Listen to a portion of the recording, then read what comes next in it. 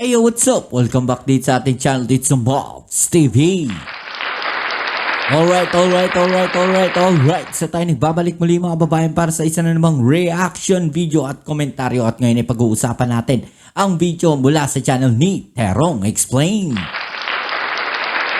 At sabi nga po niya dito mga kababayan, China at Vietnam pinaulanan ang eroplano ng Pilipinas sa Mischief Reef. Eroplano ng Pinas nasubukan. Yan ang ating alamin at pag-uusapan. Pero syempre bago ang lahat, please don't forget to subscribe sa channel ni Terong Explain. Nandiyan sa ibaba ang full video link. I-click nyo lang po at i-subscribe at suportahan ang kanyang mga video uploads. At syempre shoutouts muna tayo sa mga bago natin subscribers. Maraming salamat po sa inyo. At kung ikaw ay bago pa lang dito sa ating channel o matagal na dito sa ating channel, kayo ay aking iniimbitahan, pa-subscribe naman po ang ating channel, pa-click po ang subscribe button dyan sa ibaba. At pakilike na rin ang ating video ngayon, pati na rin ang notification bell para ma-notify kayo sa mga latest video uploads natin. At huwag na natin patagalin ito, umpisahan na natin, let's go! Breaking news, mainitinit ito. Eroplano ng Pilipinas na nagsasagawa ng misyon sa Mischief Reef, pinaputukan ng Vietnam at China. Ang buong detalye sa balitang yan tutukan. At ano ang palagay mo dito kaibigan? Mga senador ng Pilipinas ipinasisipa pauwi sa kanilang bansa ang envoy ng China na nandito sa Pilipinas. Ang buong detalye sa balitang yan, abangan. Yan ang mga nagbabagang balitang hatid ko para sa inyo ngayong araw. Kaya kung handa ka na kaibigan na may humanap na ng pwesto at makinig ng mabuti upang walang mamiss na impormasyon.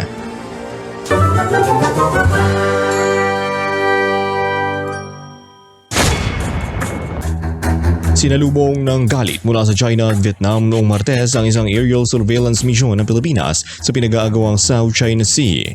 Nagsasagawa ng routine monitoring ang Philippine Bureau of Fisheries and Aquatic Resources aircraft sa exclusive economic zone ng bansa nang mangyari ang insidente. Ang eroplano ay nasa paligid ng Panganiban Reef na kilala rin bilang Mischief Reef nang maraming flare ang pinaputok mula sa mga kalapit na barko ng China. Ayon kay BFAR Director Eduardo Gongona, inamon din ng mga radio communications mula sa Chinese ang aircraft ng Pilipinas at inutusan itong umalis sa lugar. Ngayon pa man nakuha ng misyon ng mga larawan na nagpapatunay ng kamakailang aktibidad ng pagtatayo ng China sa nasabing reef. Pinakikita ng mga satellite image na nagtayo ang China ng malaking garrison ng militar sa Mischief Reef na kumpleto na sa gusali, hangar, basketball court at iba pang mga infrastruktura. Ang bahura ay nasa loob ng 200 nautical mile EEZ ng Pilipinas gaya ng tinukoy ng UN Convention on the Law of the Sea. Ito mga babayan, pinaputukan po yung eroplano natin ng mga flares ng bansang China doon po sa mga isla na itinayo na mga temporary o ano ba tawag dito, yung mga ginawa po na isla ng China diyan po sa West Philippine Sea. Pinaputukan po sila ng flare mga babayan, pero nagawa pa rin po ng eroplano ng BFAR yung pagsusurvey po diyan po sa area na yan. At ang main objective po ng BFAR ay makapag-cover po nung mga nangyayari diyan po sa West Philippine Sea, especially nung nakaraan na nagkaroon ng mga resupply mission at paghahatid ng mga kababayan natin ng mga pamasko doon sa mga tropa natin diyan po sa BRP Sierra Madre.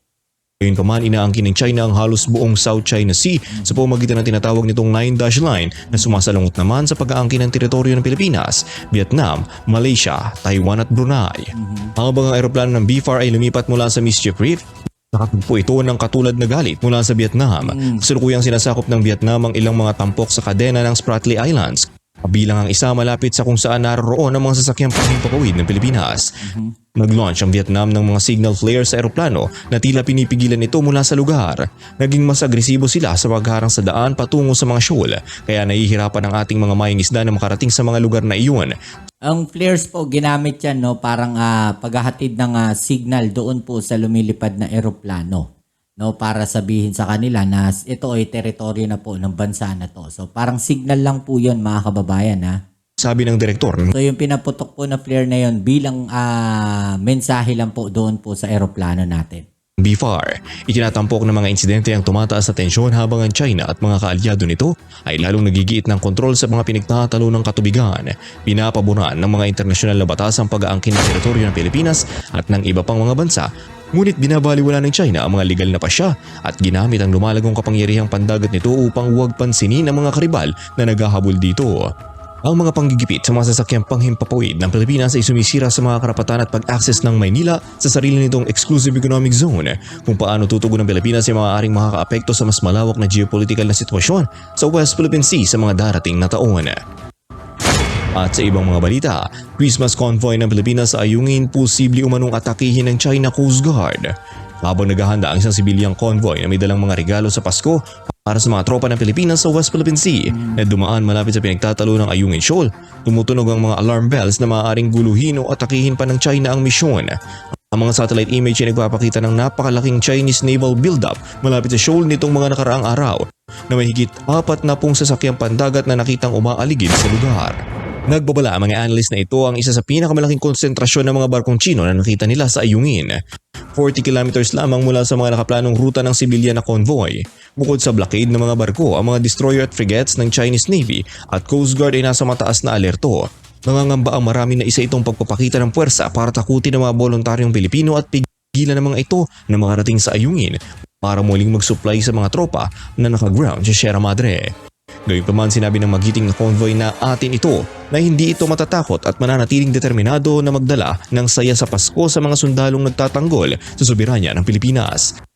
Sinabi ng pinuno ng convoy na si Ramon Oca, naharap tayo sa matinding panganib, ngunit ang ating makabayang tungkulin na suportahan ng ating mga tropa ay higit sa anumang banta. Kahit papalubugin ng China ang ating mga barko, ang ating katapangan ay hindi kailanman malulunod. Sa pag-alis ng convoy sa Maynila, lumilitaw ang mga nagbabantang palatandaan na naghahanda ang China para sa isang pag-atake. Ipinakita ng satellite imagery ang mga Chinese sailors na nagsasagawa ng live fire drills at nagsasanay ng ramming maneuvers malapit sa Ayungin. Umiikot ang mga alingaw tungkol sa mga missile na inilagay sa mga destroyer at Coast Guard cutter. Pinayuhan ng National Security Council ang convoy na iwasang direktang lumapit sa Ayungin, ngunit tumanggi ang mga voluntaryo na hadlangan ng kanilang humanitarian mission. Sa pagdaan nila sa kuyog ng mga sasakyang pandagat ng China, magpapaputo kaya sila? Magpapalabas ng mga missile? Babanggain o palulubugin ng mga barko? Nagbabantay ang mundo at umaasang maiiwasan ang digmaan ngayong panahon ng Pasko. Ngunit isang bagay ang malinaw, handa at handang ipagtanggol ng China ang malawak na pag-aangkin nito kahit na nangangahulugan ito ng pagbuhos ng dugong Pilipino sa sarili nilang katubigan. Ipagdasal ang kaligtasan ng magiting na Christmas convoy na nakaharap ngayon sa delikadong sitwasyon sa West Philippine Sea. Para sa ibang mga balita, anong palagay mo dito kaibigan? Mga senador ng Pilipinas ipinasisipa pauwi sa kanilang bansa ang envoy ng China dito sa Pilipinas. Umaabot na sa kumukulo ang tensyon sa pagitan ng Pilipinas at China habang nananawagan ng mga nangungunang senador kay Pangulong Ferdinand Marcos Jr. na patalsikin ang embahador ng China bilang tugon sa kamakailang mga mapanuksong aksyon sa West Philippine Sea. Hinimok ni Senate President Juan Miguel Zubiri ang Pangulo na pabalikin na si Ambassador Wang Jilian sa Pilipinas.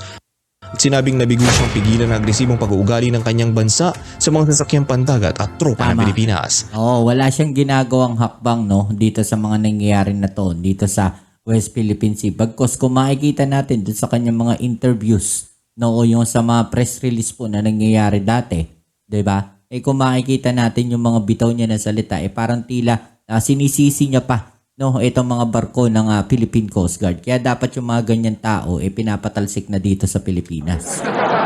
Papaligin yan doon sa China. Ang kahilingan ni Zubiri ay matapos ang maraming insidente noong weekend na nakita ng Coast Guard ng China ang mga water cannon laban sa mga bangka ng Pilipinas na nagsasagawa ng resupply mission malapit sa Scarborough Shoal. Noong Sabado, 3 patrol vessel ng Bureau of Fisheries and Aquatic Resources ang inatake habang nagbibigay sila ng gasolina at supply sa mga mangingisdang Pilipino sa lugar. Nang sumunod na araw ay nakita ang 3 pang bangka ng Pilipinas na hinaras at ang isa pa nga ay binangga pa ng barko ng China. Kinundina ng Pangulo ng Senado ang mga aksyon ng China bilang sadyang papanganib sa buhay ng Pilipino. Sinabi niya na ang mga hindi makatuwirang pag-atake ay nagpapakita na ang China ay walang puso at hindi mapagkakatiwalaan o makikipag-ugnayan sa pamamagitan ng diplomasya. Ang iba pang mga senador ay umalingaw rin sa mga panawagan ni Zubiri na ang ilan ay nagmumungkahi na i-downgrade o kahit na putulin na ang diplomatikong relasyon sa Beijing ng buo. Binatios din ni Speaker Martin Romualdez ang blatant disregard of sovereignty ng China at hiniling na itigil na nila ang mga agresibong provokasyon. Ang mga insidente ay nagdulot ng galit sa buong Pilipinas at nagsagawa ng mga rally ang mga nagpoprotesta na kumukundina sa pambubuli ng mga Chino at sinunog pa nga ang ilang bandila ng China. Karamihan sa mga Pilipino ay lubos na sumusuporta sa depensa ng ating pambansang teritoryong pandagat at nais ng mas mahigpit na paninindigan laban sa malawak na pag-aangkin ng Beijing. Sa pagpapatalsik sa ambassador nito, magpapadala ang Pilipinas ng malinaw na mensahe na hindi nito kukonsintihin ang mga mapanganib na paglabag sa mga karapatan at seguridad nito sa soberanya. Kung paano tutugon si Pangulong Marcos ay magiging hudyat kung sa wakas ay handa na ang bansa na manindigan sa makapangyarihang kapitbahay nito laban sa West Philippine Sea. Ano ang palagay mo? Alright, so yung mga kababayan, no? Well, ganun naman na dapat ang gawin talaga, no, na Pilipinas, no? Mas higpitan natin, no, yung pagbabantay dyan sa West Philippine Sea.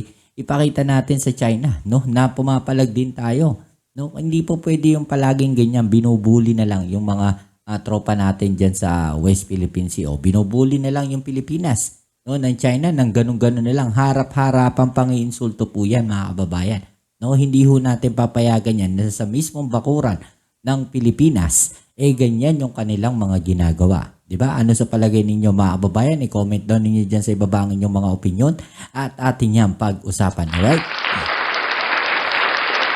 So yan, muli maraming salamat sa lahat ng mga patuloy na nakasuporta dito sa ating channel. At kung bago ka pa lang, please don't forget to subscribe, like, share, at comment dyan sa comment section. Kita-its tayo sa ating next video upload. Ito muli ang inyong Kuya Mobs sa Mobs TV. Peace. I'm out.